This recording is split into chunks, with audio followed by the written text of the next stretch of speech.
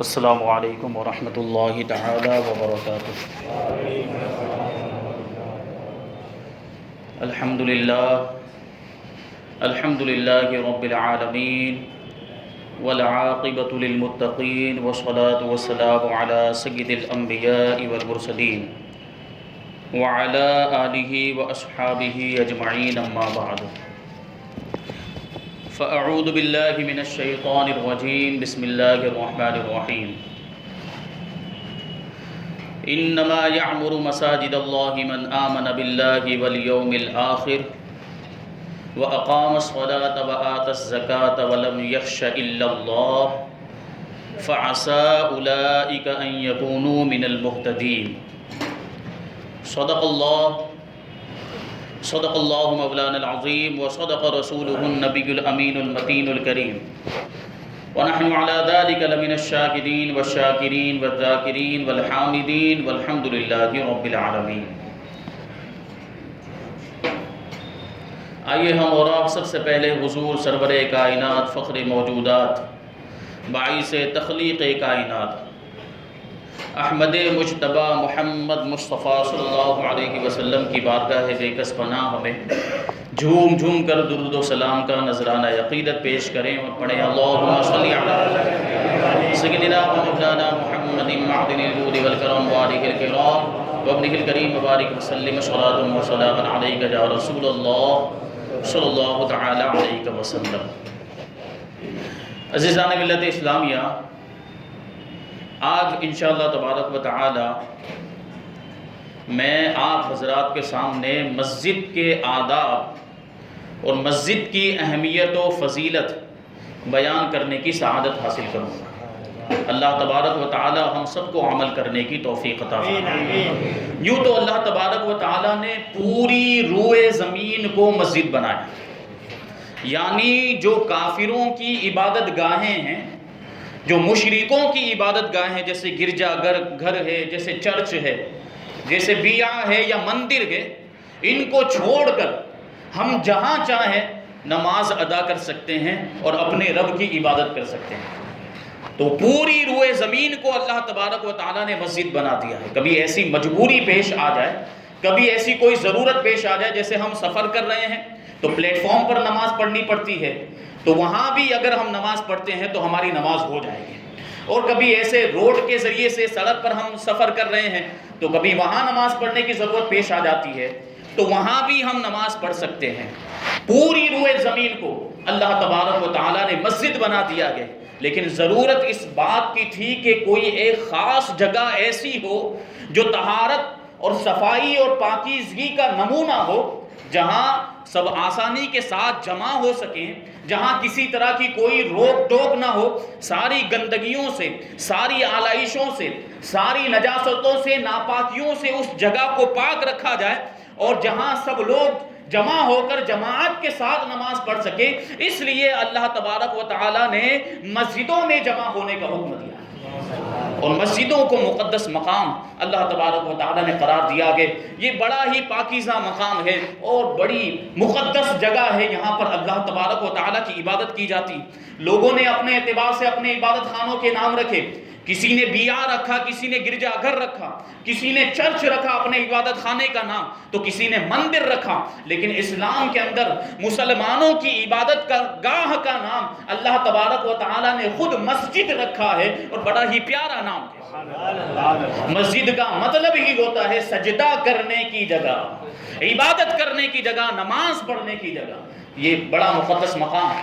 ہم مسجد کو کیا کہتے ہیں؟ اللہ کا گھر۔ ہم کیا کہتے ہیں؟ مسجد اللہ کا گھر ہے۔ اب آپ سوچ لیں کہ جس جگہ کی نسبت ہی اللہ کی طرف ہو جائے، اس کا مقام و مرتبہ کیسا ہوگا۔ عام طور پر جتنے بھی گھر ہوتے ہیں تو جس کا گھر ہے اس کی طرف اس کی نسبت کی جاتی، رفیق بھائی کا گھر، رشید بھائی کا گھر، فلاں صاحب کا گھر، فلاں صاحب کا گھر۔ لیکن مسجد کا معاملہ یہ ہے کہ مسجد کو اللہ کا گھر کہا جاتا ہے۔ یہی سب سے بڑی فضیلت اور اسی سے اس کی شرافت اور اہمیت ظاہر ہو جاتی ہے۔ اور مسجد کو اللہ کا گھر ہم اس وجہ سے کہتے ہیں کہ جب مسلمان مومن مسجد میں آتا ہے تو سارے دنیاوی معاملات کو باہر چھوڑ کر آتا ہے، ساری دنیاوی چیزوں سے لا تعلق ہو کر مسجد کے اندر آتا ہے۔ اور مسجد میں چونکہ ایک اللہ کی عبادت کی جاتی ہے، اس کی بارگاہ میں سجدے کیے جاتے ہیں، اور انسان یہاں پر آ کر اپنے گناہوں سے توبہ کرتا ہے، روتا ہے، گر گراتا ہے، اس وجہ سے اس کی نسبت اللہ کی طرف کی گئی ہے۔ یہ بڑی برکت والی جگہ اور بڑی مقدس جگہ ہے۔ تو چونکہ اللہ تبارک و تعالیٰ کو یہ بھی مقصود تھا کہ جماعت کے ساتھ نماز ادا کی جائے، اسی لیے علماء فرماتے ہیں کہ جماعت کے ساتھ نماز پڑھنا واجب ہے۔ اللہ تبارک و تعالیٰ ارشاد فرماتا ہے وَارْكَعُوا مَعَ الرَّاكِعِينَ، رکوع کرنے والوں کے ساتھ رکوع کرو، نماز پڑھنے والوں کے ساتھ نماز پڑھو، یعنی سب ساتھ مل کر جماعت کے ساتھ نماز پڑھو۔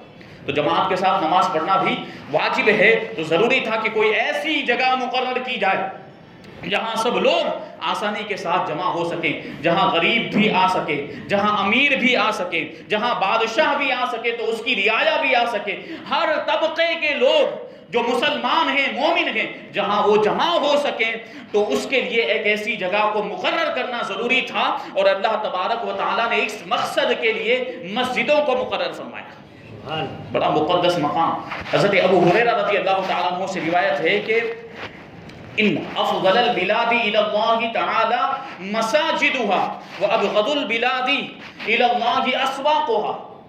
افضل البلاد الى اللہ تعالی مساجدها وابغض البلاد الى اللہ اسواقها، کہ اللہ تبارک و تعالی کو زمین کے ٹکڑوں میں سب سے محبوب، احب البلاد کا لفظ ہے، احب البلاد الى اللہ مساجدها، کہ زمین کے ٹکڑوں میں اللہ تبارک و تعالی کو سب سے زیادہ پسندیدہ کوئی ٹکڑا ہے تو وہ زمین کی مسجدیں، اور سب سے زیادہ ناپسند کوئی زمین کا حصہ ہے تو وہ بازار میں۔ اب آپ غور کریں کہ مسجد میں اللہ کی عبادت کی جاتی ہے، مسجد میں انسان خلوص نیت کے ساتھ اور خشوع و خضوع کے ساتھ اپنے رب کی بارگاہ میں سر جھکاتا ہے، تو ظاہر سی بات ہے جہاں رب کی عبادت کی جائے وہ ٹکڑا سب سے بہتر ہو جاتا ہے۔ اور بازار میں گناہوں کے کام ہوتے ہیں، بازاروں میں بدنگاہی ہوتی ہے، بازاروں میں دھوکے دیے جاتے ہیں، بازاروں میں جھوٹ بولا جاتا ہے، اور جو ہے کہ ناجائز منافع کمائے جاتے ہیں، سود خوری، بیاج خوری، یہ سب بازاروں میں ہوتا ہے۔ اس وجہ سے ارشاد فرمایا گیا کہ اللہ کے نزدیک سب سے ناپسندیدہ زمین کا کوئی حصہ ہے تو وہ زمین کے بازار ہے۔ تو اس سے بھی مسجد کی اہمیت کا ہم اندازہ لگائیں۔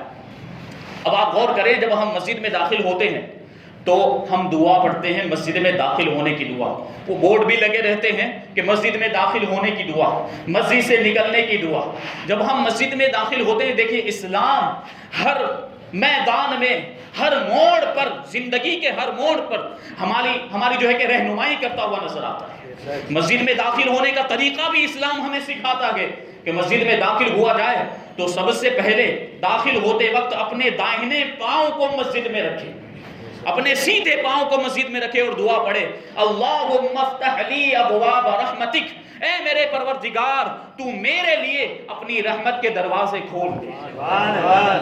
اور پھر جب مسجد سے باہر نکلتے ہیں تو اس کا طریقہ کیا ہے کہ جب مسجد سے باہر نکلے تو پہلے اپنا بایاں پاؤں، یعنی اپنا الٹا پاؤں مسجد سے باہر رکھے اور مسجد سے باہر نکلنے کی دعا پڑھے، اللہم انی اسألک من فضلک، اے میرے پروردگار میں تجھ سے تیرا فضل مانگتا ہوں اور تیرے فضل کا سوال کرتا ہوں۔ اب کتنی بڑی، دیکھیے یہ کتنا بہترین طریقہ ہمیں سکھایا گیا، اور اسلام کا جو بھی حکم ہے، اسلام نے جو بھی طریقہ ہمیں بتایا ہے، اس میں تو آخرت کے فائدے تو ہیں ہی ہیں، دنیا کے بھی بے شمار فائدے ہیں۔ اور اس میں ایک سائنٹیفک ریزن بھی ہے، جب مسجد میں داخل ہوتے ہیں تو پہلے ہمیں دائنا پاؤں رکھنا ہے اور باہر نکلتے وقت پہلے بایاں پاؤں ہمیں باہر رکھنا ہے۔ اس میں ایک سائنٹیفک ریزن بھی ہے، وہ یہ ہے کہ آپ غور کریں کہ جب ہم چلتے ہیں اور سیدھا پاؤں آگے رکھتے ہیں تو ہمارے پورے جسم کا جو وزن ہوتا ہے وہ آگے کی طرف ہوتا ہے، یعنی ایسی حالت میں اگر ہم گر جائیں تو آگے کی طرف گریں گے، اور اگر ہم چلتے ہوئے بایاں پاؤں آگے رکھیں، الٹا پاؤں آگے رکھیں تو ہمارا پورا وزن پیچھے کی طرف ہوتا ہے، کہ ایسی حالت میں اگر ہم گر جائیں تو پیچھے کی طرف گریں گے۔ اب حکمت پر غور کریں، اللہ تبارک و تعالیٰ کی قدرت دیکھیں، ہمیں حکم دیا گیا کہ مسجد میں داخل ہوتے وقت پہلے دایاں پاؤں رکھا جائے اور نکلتے وقت پہلے بایاں پاؤں رکھا جائے، کہ خدا نہ خواستہ اگر مسجد میں داخل ہوتے وقت اللہ تبارک و تعالیٰ نے موت کے فرشتے کو بھیج دیا اور اسی وقت ہماری موت آ جائے تو ہم داخل ہو رہے ہوں مسجد میں تو مسجد کے اندر گر کر ہماری روح قبض ہو۔ سبحان اللہ سبحان اللہ۔ اور باہر نکلتے وقت بھی یہی طریقہ اللہ تبارک و تعالیٰ نے مقرر فرمایا ہے، شریعت میں مقرر فرمایا کہ باہر نکلتے وقت بایاں پاؤں رکھیں تاکہ جسم کا پورا وزن پیچھے کی طرف ہو، کہ اس حال میں اگر موت آ جائے تب بھی انسان مسجد میں گر کر ہی مرے۔ سبحان اللہ سبحان اللہ۔ اسلام کے ہر عمل کے اندر حکمتیں ہیں، وہ بڑے راز پوشیدہ ہیں، ہم غور کرتے چلے جائیں تو فائدے اس کے ہمارے سامنے ظاہر ہوتے ہی جائیں گے۔ یہ بڑی عظمتیں ہیں۔ اور ایک اور اس میں جو حکمت ہے وہ عرض کروں کہ دیکھیں، جب مسجد میں داخل ہونے کی جو دعا ہے وہ ہے اللہم افتح لی ابواب رحمتک، اے میرے پروردگار تو میرے لیے اپنی رحمت کے دروازے کھول دے۔ اب کیا ہوتا ہے، رحمت کا جو تعلق ہے یہ خاص طور پر آخرت سے ہے، چونکہ انسان جب مسجد میں داخل ہوتا ہے تو دنیاوی معاملات سے لا تعلق ہو کر آتا ہے، دنیا کی چیزوں سے بالکل بے نیاز ہو کر اپنے رب کی عبادت کرنے کے لیے آتا ہے، تو مسجد میں آنے سے پہلے دعا کرتا ہے اے پروردگار یہ دنیاوی تعلقات سے میں قطع تعلق کر کے آ رہا ہوں، دنیاوی معاملات کو چھوڑ کر آ رہا ہوں، تیری بارگاہ میں سجدہ کرنے کے لیے آ رہا ہوں، تو مجھے آخرت کے انعامات عطا فرمانا، آخرت کے اکرامات عطا کرنا، نعمتیں عطا کرنا۔ اور جب انسان باہر نکلتا ہے تو کیا کہتا ہے، اللہم انی اسألک من فضلک، اے پروردگار میں تجھ سے تیرے فضل کا سوال کرتا ہوں، کیونکہ اب عبادت کر چکا ہے، نماز پڑھ چکا ہے، اب باہر جا رہا ہے، دنیاوی معاملات کے اندر مشغول ہوگا، کمانے کے اندر مشغول ہوگا، اپنے بچوں کے لیے، اپنی اولاد کے لیے، اپنی بیوی کو کھلانے کا سامان مہیا کرنے میں وہ مشغول ہوگا،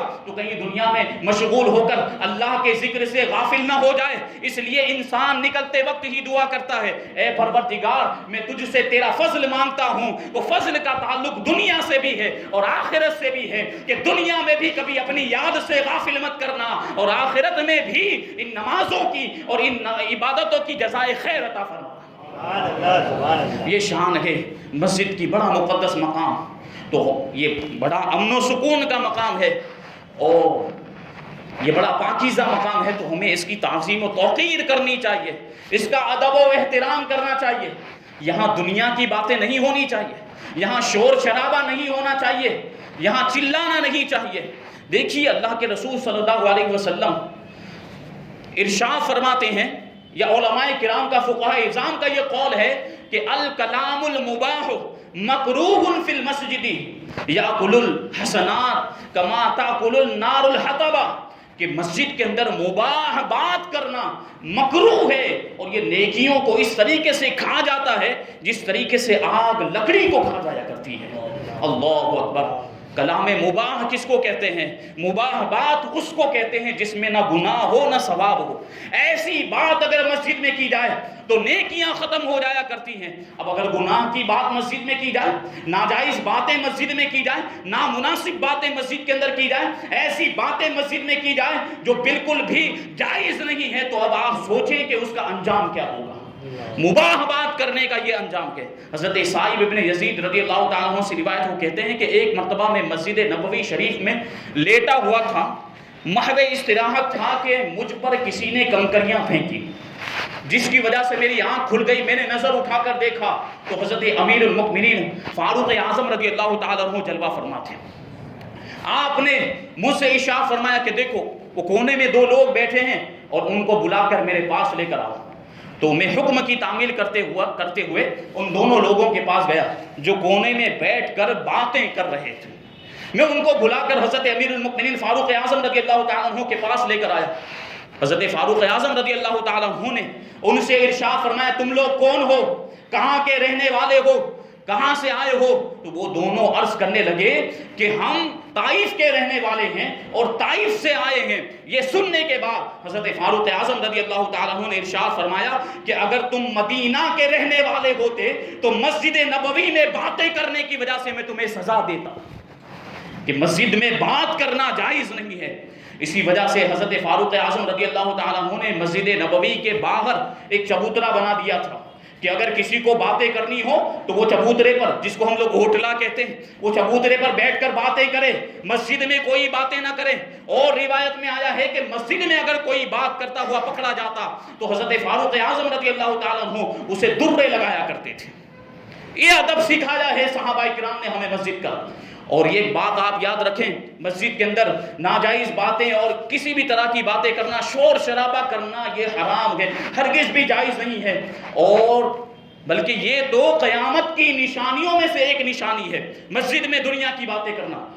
اللہ کے رسول صلی اللہ علیہ وسلم سے روایت ہے، آپ ارشاد فرماتے ہیں، یاتی علی الناس زمان یکون حدیثہم فی مساجدہم فی امر دنیاہم فلا تجالسہم فلیس للہ فیہم حاجہ، کہ ایک زمانہ ایسا آئے گا قیامت کے قریب میں کہ لوگ مسجدوں میں بیٹھ کر اپنی دنیا کی باتیں کریں گے، دنیا کے معاملات میں بیٹھ کر باتیں کیا کریں گے، تو ان کے پاس ہرگز مت بیٹھنا کہ اللہ تبارک و تعالیٰ کو ان کی کوئی بھی حاجت نہیں ہے۔ قیامت کے قریب ایسا زمانہ بھی آئے گا، اور وہ زمانہ ہم دیکھ رہے کہ مسجد کے اندر دنیا کی باتیں ہوتی ہیں، بیٹھ جاتے ہیں، میٹنگیں ہونے لگ جاتی اور طرح طرح کی جو ہے کہ باتیں ہونے لگ جاتی ہیں، اور لوگ جو ہے کہ گپے لڑانے لگ جاتے ہیں۔ تو مسجد اس کام کے لیے نہیں ہے، مسجد کا مطلب ہی ہے عبادت کرنے کی جگہ۔ تو مسجد عبادت کے لیے ہے، مسجد باتیں کرنے کے لیے نہیں، مسجد اللہ کے ذکر کے لیے ہے، مسجد گفتگو کرنے کے لیے نہیں ہے۔ تو اس بات کو ذہن میں رکھیں اور ہرگز قیامت کی نشانی نہ بنے۔ یہ دیکھیں مسجد کا مقام و مرتبہ، جب ایسی پاکیزہ اور مقدس جگہ ہے، اس کی اہمیت کو ذہن میں رکھیں تو ظاہر سی بات ہے اس کا ہر اعتبار سے ہم کو خیال بھی کرنا، اس کی صاف صفائی کا بھی خیال رکھنا ہے۔ جھاڑو لگانا یا جالے دور کرنا ہو یا گندگیوں کو دور کرنا، پورا کرکٹ جو بھی ہے یا مٹی وغیرہ جو بھی ہے اس کو نکالنے میں بڑا ثواب ہے۔ اللہ تبارک و تعالیٰ نے اس میں بڑا ثواب عطا فرمایا، اور جو مسجد کی صفائی کرتا ہے اللہ تبارک و تعالیٰ اس کے دل کو صاف کر دیا۔ ارشاد فرمایا گیا کہ وہ کوڑا کرکٹ جو مسجد سے صاف کیا گیا ہو وہ قیامت کے دن جنت کی حوروں کا مہر بنایا جائے گا۔ کیا مطلب کہ جو مسجد کی صفائی کرے گا اسے جنت تو ملے گی ہی، جنت کے اندر حوران جنت کے ساتھ اس کا نکاح کیا جائے گا، اور یہی کوڑا کرکٹ جو مسجد سے صاف کیا گیا ہوگا ان کے نکاح کا مہر بنایا جائے گا۔ یہ کتنا عظیم ثواب ہے، کتنا بڑا ثواب ہے۔ اور ایک بات یاد رکھیں کہ ایک مٹھی مٹی اگر مسجد سے صاف کر کے نکالی جائے تو اس کا ثواب قیامت کے دن احد پہاڑ کے برابر ہوگا۔ احد پہاڑ آپ نے دیکھا، اللہ تبارک و تعالیٰ نے جن کو سعادت نصیب فرمائی جو مدینہ منورہ گئے انہوں نے کوہ احد، جبل احد کو دیکھا ہوگا، کتنا بڑا پہاڑ ہے۔ تو ایک مٹھی مٹی اگر مسجد سے نکال دی جائے تو اس کا ثواب قیامت کے دن میزان عمل کے اندر اللہ تبارک و تعالیٰ احد پہاڑ کے برابر عطا فرمائے گا۔ حدیث پاک میں ہے، من اخرج من المسجد کفا من تراب کان فی میزان کان ثوابہ فی میزانہ کجبل احد، کہ جو شخص مسجد سے ایک مٹھی مٹی صفائی کرتے ہوئے نکال دے گا تو یہ جو ایک مٹھی مٹی اس نے نکالی ہوگی کل قیامت کے دن اس کا ثواب میزان عمل کے اندر احد پہاڑ کے برابر ہوگا۔ یہ شان مسجد کی صفائی۔ تو میں نے عرض کیا کہ مسجد کی صفائی کرنے سے اللہ تبارک و تعالیٰ دلوں کو صاف کر دیا کرتا ہے۔ اب تو عام طور پر یہ ہو گیا ہے کہ صفائی کرنے والے کو تنخواہ پر رکھ لیا جاتا ہے، وہی صفائی کرتا ہے، لیکن ضروری نہیں ہے کہ اب اسی کی ذمہ داری۔ کبھی ہم بھی کوئی کچرا دیکھ لیں صف کے اوپر یا مسجد کے کسی دوسرے حصے پر کوئی کچرا ہو تو اس کچرے کو اٹھا کر ہم کوڑا دان کے اندر ڈال دیں، جہاں کچرا پھینکا جاتا ہے وہاں ڈال دیں۔ اب ایک طریقہ یہ ہو گیا ہے ہمارے یہاں پر، عام طور پر یہ چیز ہے کہ جب صف کے اوپر کوئی کچرا دیکھتے ہیں تو اسے صف کے نیچے ڈال دیتے ہیں، ہوتا ہے کہ نہیں؟ جب کوئی کچرا دیکھ کے کاغذ کا ٹکڑا دکھا یا کوئی اور چیز دکھی تو اسے لے کر ہم صف کے نیچے ڈال دیتے ہیں۔ یہ درست طریقہ نہیں ہے، یہ صحیح طریقہ نہیں ہے۔ یہ صف تو بعد میں لا کر بچھائی گئی ہے، اور یہ صف تو آج ہے اور کل نہیں، یہ مسجد کا حصہ نہیں ہے۔ آپ نے اس چیز پر سے جو مسجد کا حصہ نہیں کچرا لے کر ایسی جگہ پہ ڈال دیا ہے جو مسجد کا ہمیشہ ہمیش کے لیے حصہ ہے، یعنی نیچے کی طرف ڈال دیا ہے۔ جو فرش مسجد کا فرش ہے وہ مسجد کا حقیقی حصہ ہے، تو ہم غلط کام کر رہے ہیں کہ وہ کچرا لے کر اور ایسی جگہ پر ڈال دیتے ہیں جو مسجد کا اصل حصہ ہے۔ یہ ایسا نہیں ہونا چاہیے، بلکہ ہم رومال کے اندر اس کچرے کو لے لیں یا اپنی جیب کے اندر اس کچرے کو ڈال دیں، اور جب باہر نکلیں تو وہ کچرا کوڑا دان کے اندر ڈال دیں۔ یہ بڑی فضیلت کی بات ہے، اللہ تبارک و تعالیٰ اس کے ذریعے سے مرتبوں میں اور درجات میں بلندی عطا فرماتا ہے۔ اللہ کے رسول صلی اللہ علیہ وسلم کے زمانے میں ایک بوڑھی عورت بہت زیادہ ضعیف ہو گئی تھی، وہ مسجد نبوی میں آتی تھی اور جھاڑو لگایا کرتی تھی، صفائی کیا کرتی تھی۔ دیکھیں آپ، وہ اتنی بوڑھی عورت تھی کہ پردے کے احکام بھی ساقط ہو گئے تھے، وہ آتی اور صفائی کرتی، جھاڑو لگایا کرتی تھی۔ ایک مرتبہ اب وہ ضعیفہ تو تھی، اس کا انتقال ہو گیا، تو صحابہ کرام نے جب دیکھا کہ اس بوڑھی عورت کا انتقال ہو گیا اور اللہ کے رسول صلی اللہ علیہ وسلم کار رسالت میں بڑے مشغول ہیں، اسلام کی تبلیغ میں بڑے مشغول ہیں، تو اس معمولی بوڑھی عورت کے لیے کیوں رسول اللہ کو تکلیف دی جائے نماز جنازہ پڑھنے کے لیے اور کفن دفن کے لیے؟ تو صحابہ کرام نے یہ کیا کہ خود ہی اس بوڑھی عورت کی نماز جنازہ ادا کی اور اس کو دفن کر دیا۔ اب چند دن گزر گئے، وہ بوڑھی عورت کا مسجد میں آنا بند ہو گیا۔ وہ ایک دن اللہ کے رسول صلی اللہ علیہ وسلم نے صحابہ کرام سے پوچھا کہ وہ بوڑھی عورت کہاں ہے جو مسجد میں صفائی کیا کرتی تھی، مسجد میں جھاڑو لگایا کرتی تھی؟ تو صحابہ کرام نے عرض کیا، یا رسول اللہ اس کا انتقال ہو گیا، ہم نے سوچا کہ کیوں آپ کو تکلیف دی جائے، معمولی سی خاتون ہے، ہم اس کو دفن کر دیتے ہیں، ہم خود ہی اس کی نماز جنازہ ادا کر دیتے ہیں۔ تو ہم نے اس کی نماز جنازہ پڑھنے کے بعد اس کو دفن بھی کر دیا۔ تو اللہ کے رسول صلی اللہ علیہ وسلم ارشاد فرماتے ہیں کہ تم نے اس خاتون کو معمولی سمجھا ہے جو مسجد میں صفائی کیا کرتی تھی؟ وہ کوئی معمولی عورت نہیں تھی، مسجد میں صفائی کرنا کوئی معمولی کام نہیں ہے۔ پھر اللہ کے رسول صلی اللہ علیہ وسلم خود اس کی قبر پر تشریف لے گئے اور اس کے لیے دعا فرمایا۔ تو مسجد کی صفائی کرنا بڑے ثواب کا کام ہے اور بڑی اہمیت ہے اس میں۔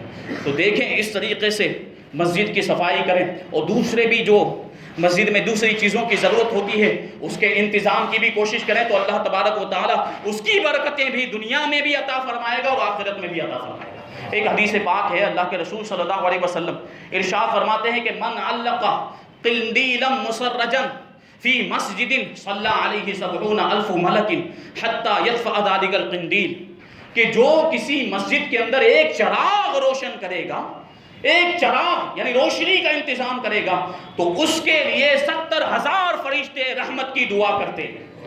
جب تک وہ چراغ روشن رہتا ہے مسجد کے اندر، 70,000 فرشتے اس کے لیے رحمت کی دعا کرتے ہیں۔ وَمَنْ بَسَطَ حَسِيرًا فِيهِ صلی علیہ 70,000 ملک حتی یتقطع ذلک الحصیر، اور جو کسی مسجد کے اندر چٹائی بچھاتا ہے، چٹائی کا انتظام کرتا ہے، جیسے کہ آج یہ قالین وغیرہ بچھائے جاتے ہیں، تو جو قالین کا انتظام کر دیتا ہے تو اس پر بھی 70,000 فرشتے رحمت کی دعائیں کرتے ہیں۔ جب تک وہ صحیح سلامت رہتی ہے وہ قالین یا وہ چٹائی، جب تک وہ قابل استعمال رہتی ہے، 70,000 فرشتے اس کے لیے رحمت کی دعا کرتے ہی رہتے ہیں۔ تو اب تو چراغ کا زمانہ نہیں ہے، اب تو لائٹ کا زمانہ ہے، یہ بلب کا اب تو LED کا زمانہ آ گیا ہے۔ تو اب اسی اعتبار سے، زمانے کے اعتبار سے، اب اگر کوئی ایک لائٹ کا انتظام کر دے گا تو اس کو وہی ثواب ملے گا جو چراغ روشن کرنے والے کو ملا کرتا ہے۔ یہ برکتیں ہیں مسجد کے اندر، مسجد کا خیال رکھنے کی برکتیں ہیں۔ اور تذکرۃ الواعظین کے اندر ایک بات لکھی ہے، اللہ کے رسول صلی اللہ علیہ وسلم نے ارشاد فرمایا کہ جو شخص مسجد کے اندر نیک نیتی کے ساتھ اللہ تبارک و تعالیٰ کے لیے خلوص کے ساتھ، دکھاوے کے لیے نہیں، ریاکاری کے طور پر نہیں، بلکہ صرف اللہ تبارک و تعالیٰ کے لیے ثواب حاصل کرنے کی نیت سے 40 دن تک چراغ روشن کرے گا، تو اللہ تبارک و تعالیٰ اس کو 12 نعمتیں عطا فرمائے گا۔ اور 12 نعمتوں میں سے سب سے پہلی نعمت یہ ہے کہ دوزخ کی آگ اس کے جسم پر حرام کر دی جائے گی، اور دوزخ کے دروازے اس کے لیے بند کر دیے جائیں گے، اور جنت کے 8 دروازے اس کے لیے کھول دیے جائیں گے۔ قبر کی سختیوں میں آسانی ہوگی، اور قیامت کے دن اس کا نامہ اعمال اس کے داہنے ہاتھ میں دیا جائے گا، اس کے رزق میں برکت عطا فرمائی جائے گی، اور قیامت کے دن اس کا چہرہ 14ویں رات کے چاند کی طرح روشن ہوگا، اور قیامت کے دن وہ صالحین کی جماعت میں اٹھایا جائے گا اور ہر روز رات کو صبح تک اللہ کے فرشتے اس کی حفاظت کریں گے اور روزانہ 1000 درہم اللہ کی راہ میں صدقہ کرنے کا اسے ثواب ملتا ہی رہے گا۔ اور یہ اسی پر بس نہیں بلکہ اللہ تبارک و تعالی دنیا اور آخرت میں اس کی 80 حاجتیں پوری فرمائے گا، اور آخری چیز یہ ہے کہ اللہ تبارک و تعالی جنت میں اسے حضرت ابراہیم علیہ السلام کا پڑوس عطا فرمائے گا۔ سبحان اللہ۔ یہ فضیلت ہے مسجد میں چراغ روشن کرنے کی۔ اب سوچیں جو مسجد کے اندر ان ساری چیزوں کا اہتمام کرے، اب صرف یہی کافی نہیں کہ چلو لائٹ لگا دی اور اتنا ثواب ہمیں مل جائے گا، اب نماز پڑھنے کی کیا حاجت؟ نماز تو کسی صورت میں معاف نہیں ہے، ان ساری چیزوں کا ثواب اسی کو ملے گا جو مسجد کے حقوق کو بھی ادا کرے۔ اور مسجد کا سب سے پہلا حق یہ ہے کہ مسجد میں نماز ادا کرے۔ آدمی 5 وقت میں جماعت کے ساتھ مسجد میں نماز ادا کرے تو اللہ تبارک و تعالی یہ سارے انعامات اسے عطا فرمائے گا۔ تو مسجد سے اپنے دل کو لگائیں۔ اللہ کے رسول صلی اللہ علیہ وسلم نے ارشاد فرمایا کہ سبعۃ یظلھم اللہ یوم لا ظل الا ظلہ، کہ 7 لوگ ایسے ہیں کہ قیامت کے دن اللہ تبارک و تعالی ان کو اپنے سایہ رحمت میں جگہ عطا فرمائے گا، جبکہ اس کے سایہ رحمت کے علاوہ کوئی بھی دوسرا سایہ نہیں ہوگا۔ اب آپ غور کریں، زمین تانبے کی ہوگی، سورج سوا نیزے پر ہوگا، ایسے ماحول میں 7 لوگوں کو اللہ تبارک و تعالی اپنے سایہ رحمت میں جگہ عطا فرمائے گا، بڑے امن و سکون میں ہوں گے، پھر محشر کی گرمی انہیں ستائے گی نہیں۔ انہی 7 لوگوں میں سے ایک وہ شخص ہے جس کے بارے میں اللہ کے رسول ارشاد فرماتے ہیں رجل قلبہ معلق بالمساجد، ایک وہ شخص جسے اللہ تبارک و تعالی قیامت کے دن سایہ رحمت عطا فرمائے گا۔ یہ وہ شخص ہے جس کا دل مسجدوں سے وابستہ ہو، مسجدوں سے لگا ہوا ہو، ایک نماز پڑھنے کے بعد دوسری نماز کے انتظار میں رہتا ہو، تو ایسے شخص کو بھی اللہ تبارک و تعالی قیامت کے دن اپنا سایہ رحمت عطا فرمائے گا۔ تو مسجدوں سے دل کو لگائیں، مسجدوں سے محبت اپنے دلوں کے اندر پیدا کریں، ایک نماز پڑھنے کے بعد دعا کر کے نکلے کہ اللہ تبارک و تعالی دوسری نماز پڑھنے کی بھی توفیق عطا فرمائے۔ 5 وقت کی نمازیں ہمیں ادا کرنی ہے۔ جب بندہ نماز ادا کر لیتا ہے تو اللہ کے بعض نیک بندے ایسے بھی ہوتے ہیں کہ نماز پڑھنے کے بعد بھی کافی دیر تک مسجد میں بیٹھے رہتے ہیں، دعا کرتے رہتے ہیں، توبہ و استغفار کرتے رہتے ہیں۔ جب ایسے بندوں کو اللہ تبارک و تعالی دیکھتا ہے تو اپنے فرشتوں سے ارشاد فرماتا ہے کہ دیکھو میرے بندے کو نماز پڑھ چکا ہے، عبادت کر چکا ہے، لیکن اس کے باوجود میرے گھر سے جاتا نہیں ہے، میری مسجد سے جاتا نہیں ہے، فرشتوں گواہ ہو جاؤ کہ میں نے اس کے گناہوں کو بخش دیا۔ یہ مسجدوں سے تعلق ہو تو اللہ تبارک و تعالی ایسی برکتیں عطا فرماتا ہے۔ اور مسجد تعمیر کرنے کی تو بڑی ہی فضیلت ہے۔ من بنا للہ مسجدا بنا اللہ بیتا فی الجنہ، کہ جو اللہ کی مسجد کو تعمیر کرتا ہے یا اس کی تعمیر میں کسی طرح سے حصہ لیتا ہے، اللہ تبارک و تعالی جنت میں اس کے لیے گھر تعمیر فرماتا ہے۔ یہ بڑی فضیلتیں ہیں۔ اللہ تبارک و تعالی کی بارگاہ میں دعا ہے کہ ہمیں آپ کو، مجھ کو اور جو کچھ بھی بیان ہوا اس پر عمل کرنے کی توفیق عطا فرمائے، مسجدوں کا ادب و احترام کرنے کی توفیق عطا فرمائے، اور ہر ناجائز کام بلکہ مباح باتوں سے بھی مسجد میں بچنے کی توفیق عطا فرمائے۔